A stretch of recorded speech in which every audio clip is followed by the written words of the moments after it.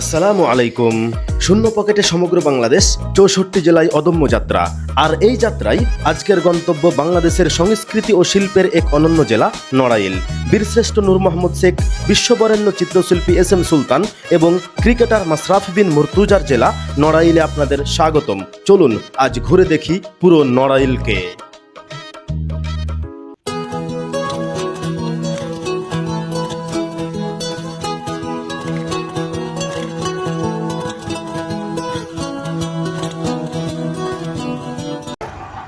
ফরিদপুর থেকে কোনো প্রকার নড়াইলের সরাসরি বাস পাওয়া যায় না।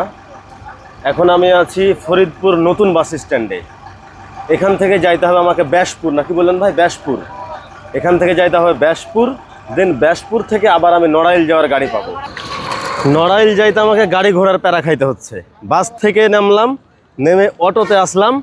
এটা হচ্ছে ভাটিয়াপাড়া চৌরাস্তা এবং এখান থেকে আমাকে বাস ধরতে হবে নড়াইলের বাস, দেন চলে যাব আমি নড়াইল।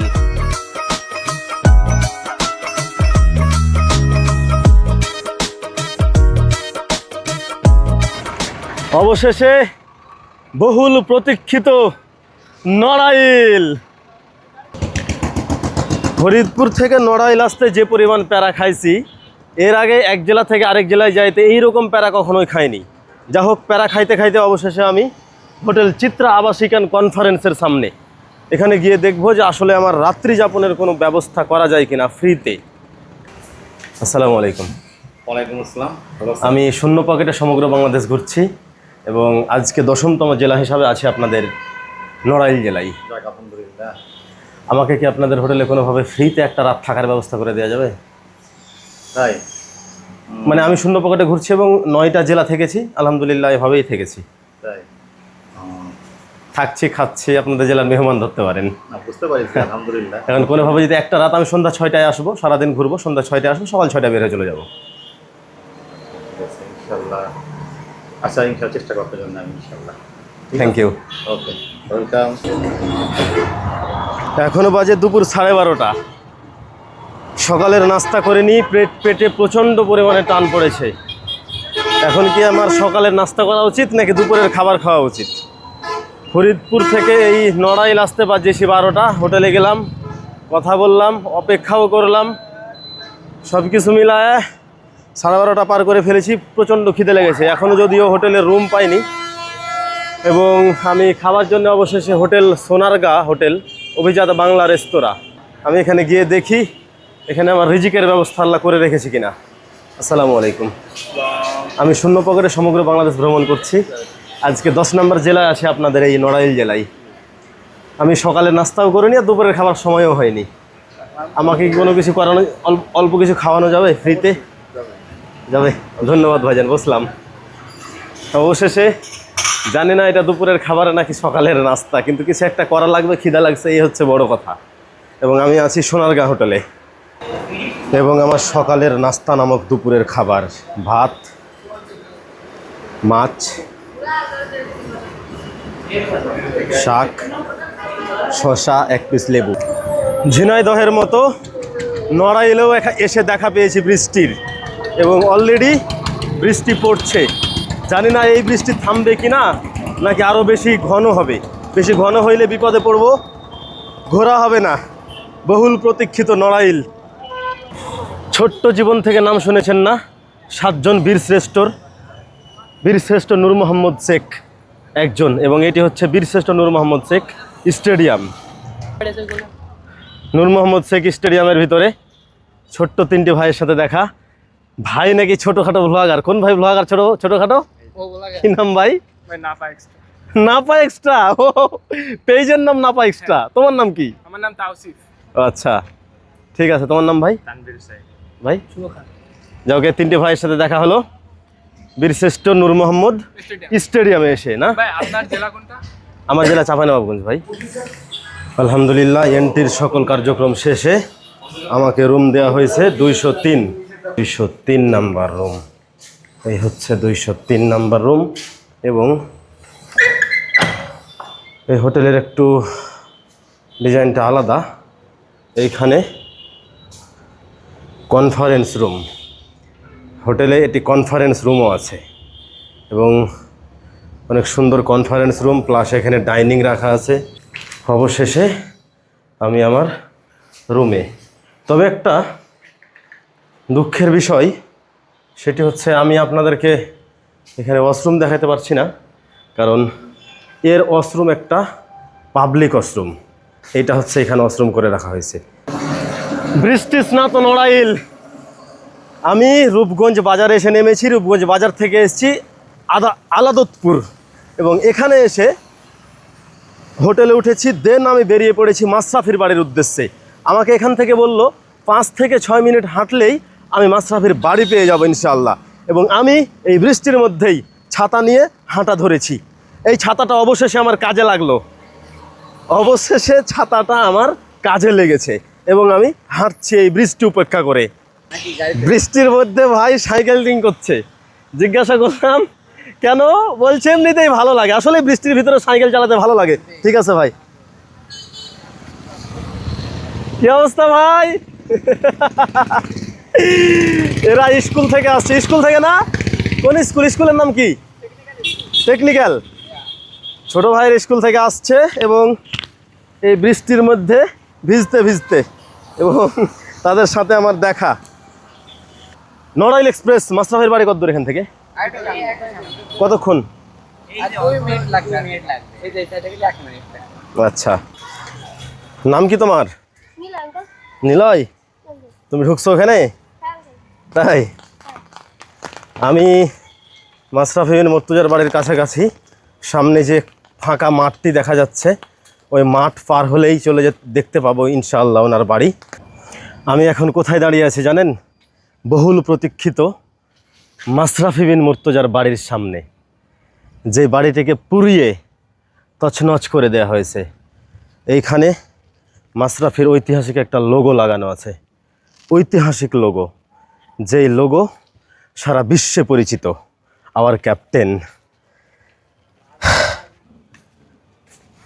নড়াইল এক্সপ্রেস, মাশরাফি বিন মুর্তজা, ইনার বাড়ির সামনে এখন আমি দাঁড়িয়ে আছি। কিন্তু ওনারা কেউ এখন আর এই এলাকাটিতেই থাকে না, এবং কোথায় আছে, তিনি কোথায় থাকেন কেউই জানে না, সবার অজানা। তিনি কোনো প্রকার কোনো মিডিয়ার সামনে আসে না, ক্যামেরার সামনে আসেন না। উনি কোথায় আছেন কেউ জানে না।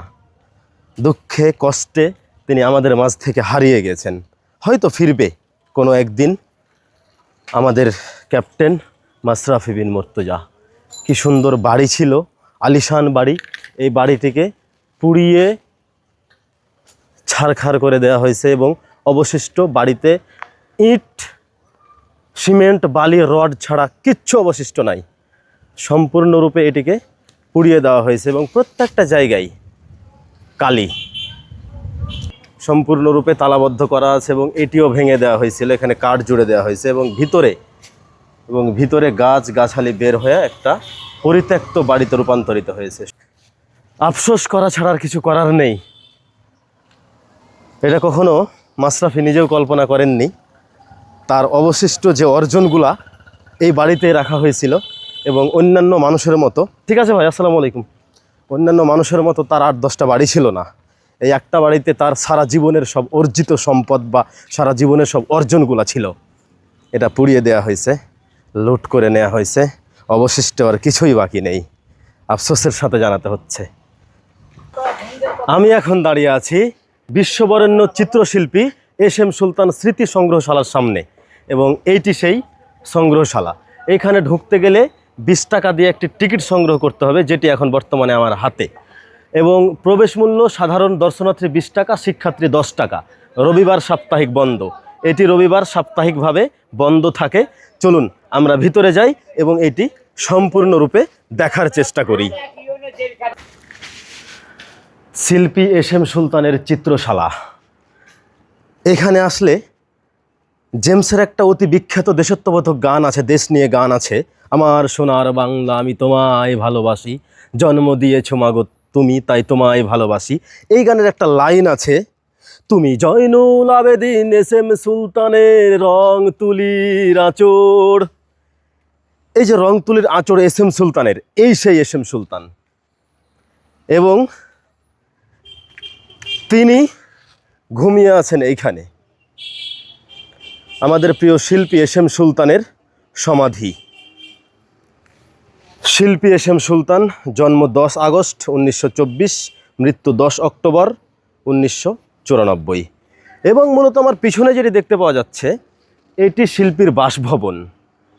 এবং আমি ওই পারে যেটি ঘুরে আসলাম ওইটা নতুন করে সংগ্রহশালা বানানো হয়েছে, কিন্তু এইটা বা ওই পারে যে রুমগুলো আছে, ওই পারে যে রুমগুলো আছে, আরও আবিঝাবি যে রুমগুলো আছে আশপাশে, এইগুলা সব ছিল ওনার বসবাসযোগ্য রুম বা বসবাসযোগ্য বাড়ি। এই পুরো বাড়িটিকে এস এম সুলতান এর সংগ্রহশালা বানিয়ে ফেলা হয়েছে। এবং এখানে ঘুরে আসলাম, কিন্তু ছবি বা ভিডিও করা নিষেধ, যার কারণে ছবি বা ভিডিও করতে পারলাম না। তবে একটা কথা, যে একজন মানুষ আঁকানোর সাহায্যে বা রং আর তুলির সাহায্যে কিভাবে একটা গল্পকে বা কিভাবে একটা বিষয়কে জীবন্ত করে তুলতে পারে বা জীবন্ত হতে পারে, এইটা দেখলাম, দেন বুঝতে পারলাম। রং তুলি দিয়েও যে একটাকে জীবন দেয়া যায়, জীবন্তভাবে ফুটিয়ে তোলা যায়, জীবন্তভাবে তৈরি করা যায়, এইখানে না আসলে বুঝতাম না, বা এইখানে না ঢুকলে, এই স্মৃতি সংগ্রহশালায় না ঢুকলে সেটা আমি বুঝতে পারতাম না। অসংখ্য পরিমাণে ছবি, এমনভাবে তাকায় থাকলে মনে হচ্ছে তাকায় থাকি, চোখ টানতে ইচ্ছা করে না, এত সুন্দর লিখনি, এত সুন্দর আঁকুনি। ঘুরে আসলাম আলহামদুলিল্লাহ।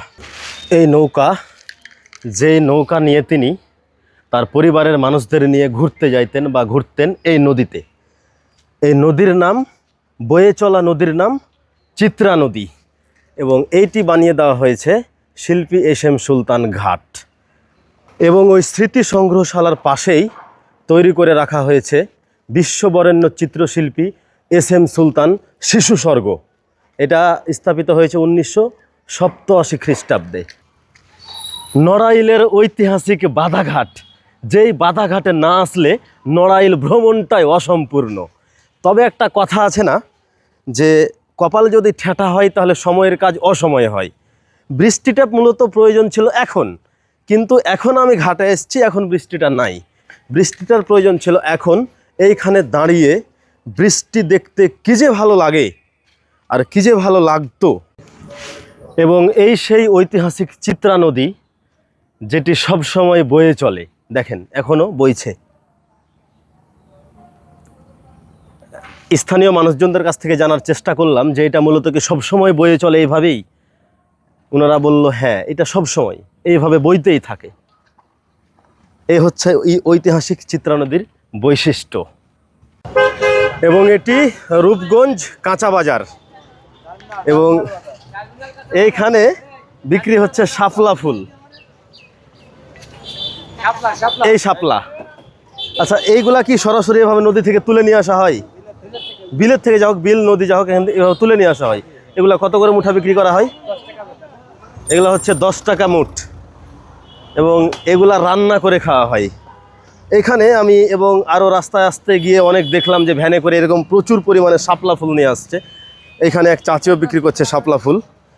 এবং অবশেষে ফিরে আসলাম আমি আমার রুমে। আজকে বৃষ্টি হওয়াতে মোটামুটিভাবে ভিজে গেছি। যতই ছাতা ধরে থাকি, পায়ের সাইড ভিজে গেছে।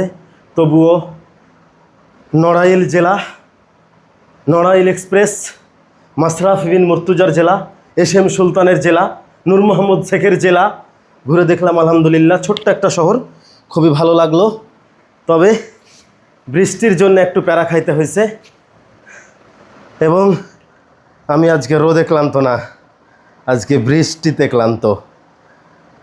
তো আগামীকাল দেখা হচ্ছে যশোর জেলা।